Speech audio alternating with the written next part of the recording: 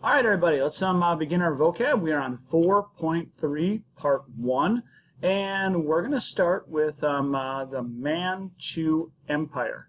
The Manchu Empire is also called the Qing Dynasty. A little confusing there because Qing, the Qing Dynasty, comes after the Ming Dynasty, and they're known as the Manchus. So, why is that? Well, they come from Manchuria, get it? Manchuria, which is in northeast China, in this black area here that Benjamin Friedman put in his website, which is awesome. Shout out, Ben Friedman, AP teachers. So, anyway, this black area right here that we see is the Manchu homeland where they came from. Now, the Manchus were more nomadic people. They were more nomadic, like our friends, the Mongols. So what happened was we had the Ming Dynasty, which had taken over the Yuan Dynasty, which was ruled by Mongols, and they ruled until 1644. Then the Manchus were able to come in, and they were able to take power, extend all this area here, and then take over all of this area down here in the south, and then even gain all of this in an expansion to make a really huge empire, which is starting to look like modern China. So the Manchu are not the traditional Han Chinese, who rule, of course, the Han Dynasty, the Song Dynasty, the Ming Dynasty. The Manchu are more nomadic people, like the Mongols, who are able to come in and take over. However, the Manchus still use a lot of the concepts of the Ming Dynasty, like Confucianism. They also bring in Buddhism, Taoism, but what they do is they also have things where they make sure they are in charge and they keep the Han people in China who live more in this area down. They make the Han dress like the Manchus. They don't let them dress in their traditional clothing. And the Manchus are able to rule over China and basically keep this whole thing going until 1911, which, it's a long-ass time. So that's the Manchu Empire. That was kind of a long definition, but there you go. Very significant for making China look more like the modern country that it is today in our early modern period, and being a nomadic group of people who came in and ran this dynasty and ran it for a real long time. All right, let's talk our Mughal Empire. So the Mughals are a Turkish group of people coming more from Central Asia, and they claimed ancestry, as we can see up here, from the Mongols. So these are a group of people who claimed ancestry from the Mongols. They were a more nomadic people. They also claim ancestry from Tamerlan, who was also a nomadic fighter. Now, they came into India, which was mostly Hindu people, and the Mughals were Muslims. So they were Muslim rulers, but they were really good at combining the faiths, combining Hinduism, combining Islam. They're also very well known for making great architecture. Akbar, who was a very powerful ruler, is known for that. Shah Jahan, who builds the Taj Mahal, which is a pretty awesome building. Oh, there it is. Yeah, the Taj Mahal, which was built by them. So they're known for their architecture, which combines Islam. It combines elements of Hinduism. Sufi Islam exists in this time period, which is again a combination of Hinduism and Islam. And the Mughals are able to grow through trade, and they are a powerful empire in India in the early modern period. They're also very known for their army and their gunpowder. They're also considered, along with the Ottomans and the Safavids, one of these gunpowder empires that are able to grow with their weapons and advanced technology at this time. So that's the Mughal Empire. All right, our next word is Akbar, and there he is. Oh, good-looking dude. So Akbar, he is one of the most known empires in the Mughal Empire for allowing them to rise and become the strong power they are. You want to associate Akbar with a centralized government and bureaucracy. He's able to take the decentralized networks of Zamindars, who we had talked about, and basically he's able to take them and make them not as powerful. So remember, decentralized is when you have a lot of people who have power and there's no one strong central middle government. Akbar is able to take away a lot of the power from the Zamindars, who are basically like nobles, and get that money to come to the state or to the government.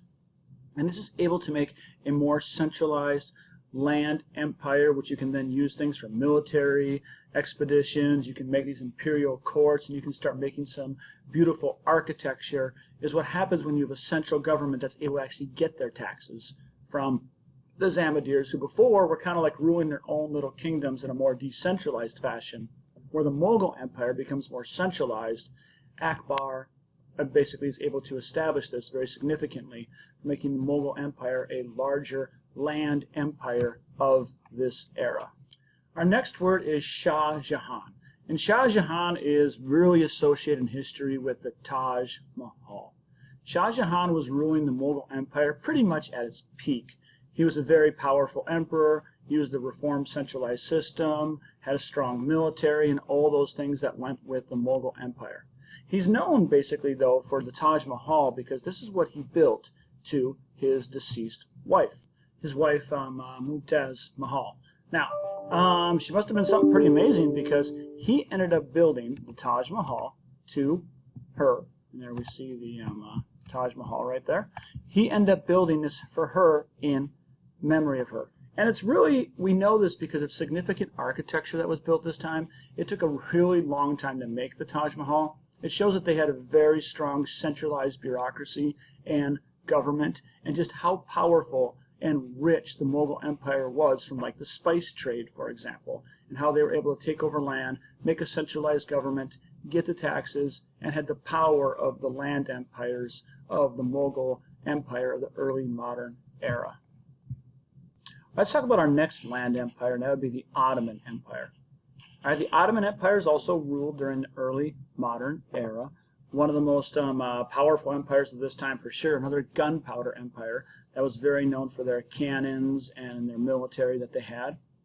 The Ottoman Empire, they were originally from Central Asia, Central Asian Turks, who came into Anatolia, Turkey, and gradually took more and more land until they formed this huge empire. Very significant is when they took the city of Constantinople in 1453.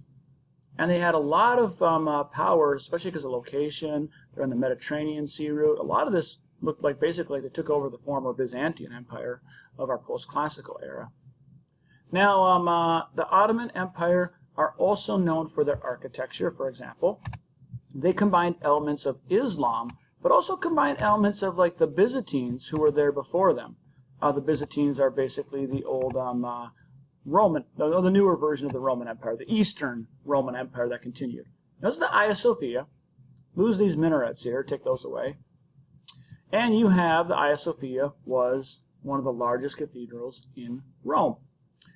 Take the minarets there, add them up there, and this becomes a mosque during the Ottoman Turks time period. It's actually now a museum. You can see both the Christian things and the Islamic things inside. It's the Hagia Sophia. There's the spelling of it right there. It's an amazing thing that the Ottoman Turks were able to, they were influenced by this, and they were actually able to make what's called the, I'm going to probably mispronounce it, the Fatih Mosque, or the Blue Mosque, which is in right across from the Hagia Sophia. So if you ever make it to Istanbul in your life, and you should because it's an awesome city, they take a lot of the elements of the Byzantine Empire and a lot of the Islamic elements, and they combine them again in cultural diffusion. We love that cultural diffusion in AP history when culture is combined. It's just awesome. It is awesome. Anyway, the Ottomans are also known for, again, just being one of the most powerful through their trade. They're also we're going to talk next about a couple of terms that go with the Ottomans. So we're going to get to our next terms. And let's get to our first one here. Oh, and also, one last thing to add, is that they're also very religiously tolerant for Muslims and Christians at this time. And they are an organized empire on trade routes and one of the largest empires of the early modern period. So let's get to our next two terms. And the first term up there is devashirme. I think I'm mispronouncing that. So devashirme. And this becomes very important to the Ottoman states. And basically what they're able to do is, this is going to sound really, really horrible at first. What they're able to do is they conquer a lot of Christian communities.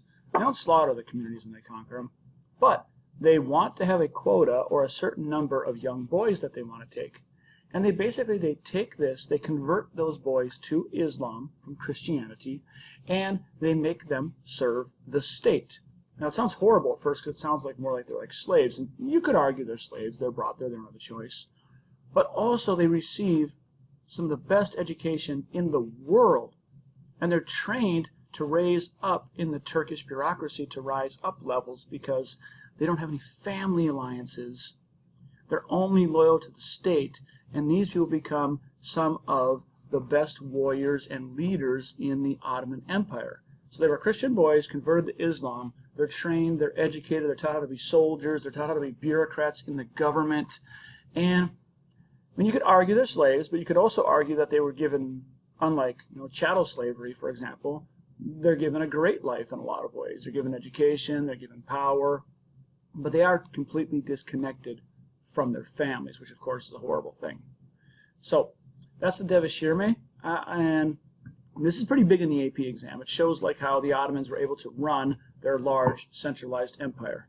Many of these boys end up becoming our next term, the Janissaries. The Janissaries are the elite fighting force. Many of them come from the Devashirme. They are dependent upon the Ottoman state, not their families, because they've been taken into the Ottoman Empire. Makes them very loyal warriors, and they're the primary users of the firearms and gunpowder that became really important in the Ottoman Empire for their expansion.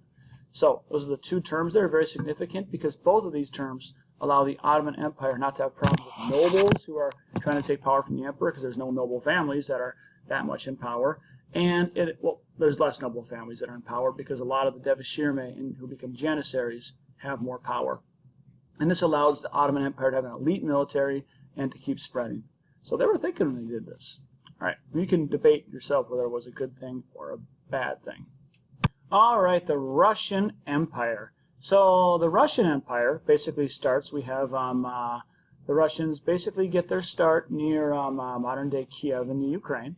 And the Russians are, in this era, able to defeat the Tatars, T-A-T-A-R, who are a branch of, really similar to nomadic people, to the Mongols, who came in and were basically ruling them in their Tatar Empire, which was right around here. In the early modern period, the Russian Empire is able to defeat them. First off, we'll start off with Ivan III as a major leader who wins battles and has established some lands from them and makes ties with Russia, marries the niece of the Byzantine Empire, and calls Russia the Third Rome. His son, who's crazy, kind of, Ivan III, Ivan the Great, he's followed by Ivan the Terrible. Ivan the Terrible is able to get victories, take more land, make Russia, add territory to Russia, make it stronger, but at a cost too. He's also kind of crazy. He ends up killing his son in a jealous rage, but he is able to strengthen the military and make Russia stronger and take it from the Mongols. Peter the Great comes later. He's able to add territory, but Peter the Great's also a person who wants to make Russia more like Europe. So he begins to modernize Russia, and Russia grows as a land empire during this time. Also significant during this time, power is taken away from the boyars in Russia, and it becomes more of a centralized government, where the centralized government has power. So Russia becomes a really strong empire at this time. Let's talk about the people here again. Let's start off with Ivan III and Ivan IV. I talked about them a little earlier. Ivan III and Ivan IV are able to defeat the Tatars, who are basically kind of like very similar to the Mongols. They're able to take more land and establish Russia as a Christian land empire at this time. Significant because Russia will grow in power and in size in the early modern era.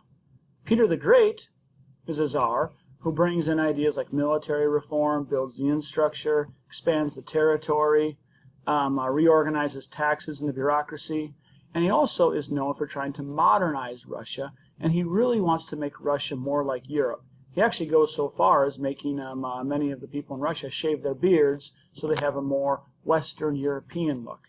And he tries to push Russia into becoming more modern and builds his big modern city to the modern St. Petersburg. Who would that be named after? Peter the Great, St. Petersburg. I wonder who they named that after. Anyway, that's them. And actually, that's all of our words for part 1. So we'll get to part 2 in a little bit here. See you guys later.